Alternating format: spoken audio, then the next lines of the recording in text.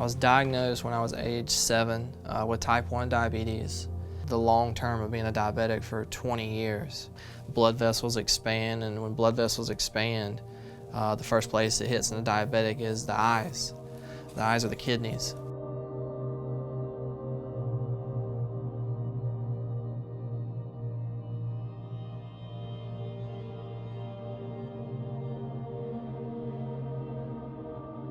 We reached out to OTS, and I remember Andy calling me, and he's like, "Are you nuts?"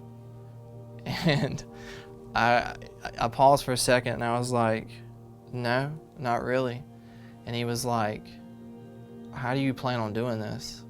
And me and him had an hour-and-a-half long conversation, just back and forth, just brainstorming with a guy who knows OTS, Guardian face mask, like it's his backyard. The initial process was, we knew how the full face mask worked. How could we train to maximum knowledge? The initial 4 days we stayed in the pool working with Ben, going over classes, full face mask training, being in the pool at a depth of 15 feet, worst case scenarios and stuff like that.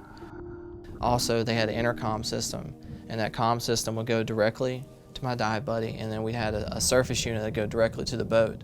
And if anything ever go wrong or I needed them to look at something, all I had to do was radio over to my dive buddy, "Hey, can you check this out?" And all he had to do was look over, "Yep, we're good." "Okay, well, let's keep on going." How you feeling down there? You still comfortable? Yeah, feeling good. How are vitals looking? We good? Everything checks out.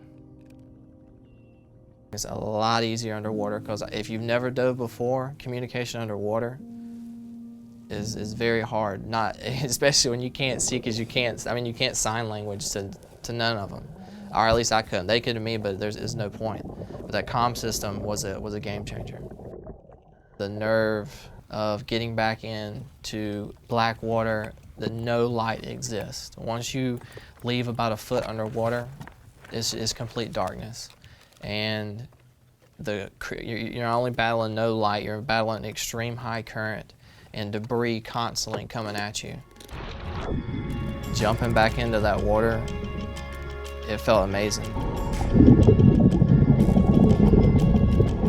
I couldn't see the water, but it was all about what I was feeling. Like just being in that wetsuit, being in the water, having my gear on, knowing at this point, like, I still have purpose. Like, with this speed bump in my life, or whatever you want to call it, disability or whatever, you can still do stuff that makes you happy.